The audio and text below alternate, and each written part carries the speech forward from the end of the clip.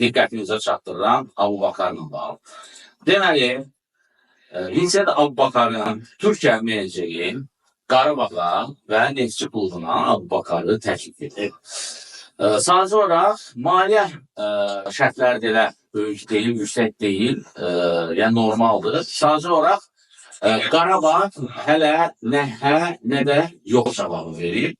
Hələ ki gözləmədədir. Bununla bağlı daha detallı sabah Sportinfo saytında eksklüziv bir xəbər yayımlanacaq. Bu transferin detalları həmin xəbərdə yer alacaq. Elə futbol manşet verilişində də mən eksklüziv olaraq diqqətinizə çatdırıram. Abubakar bəli Neftçiyə də, Qarabağ klubuna da təklif edilib. Sadəcə olaraq Qarabağ klubu ilkin olaraq nə hə, yəni yox cavabını verib. Gözləmədədir. İyunun əvvəllərində bu transfer məsələsinə aydınlıq gələcək. Problem nədir? Futbolçunun keyfiyyətinədir Abubakar.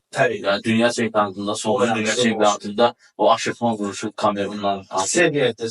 Braziliya.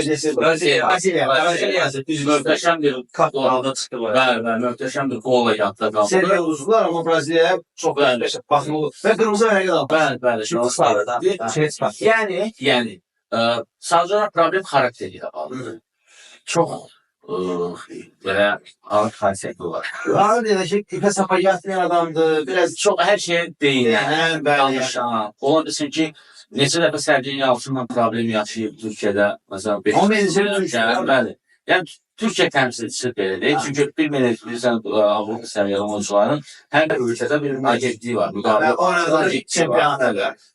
Və həmin onlardan, yəni hansı ölkəyə gedirsə, o agentlik daha çox faizini alır və s.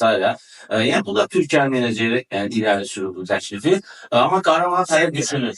Aşırma seviyə Yəni, başdan Braziliya. Bəli. Bu güzel bir şey. Bəli.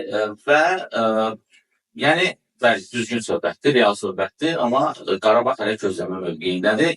Problem nəət edilmişdir. Mənim fikrimcə, Qurban Qurbanov elə bir mütəxəssisdir ki, elə bir futbol adamdır ki, mənim tanıdığım Qurban Qurbanov və insan Abubakar kimi futbolçu ilə işləmir.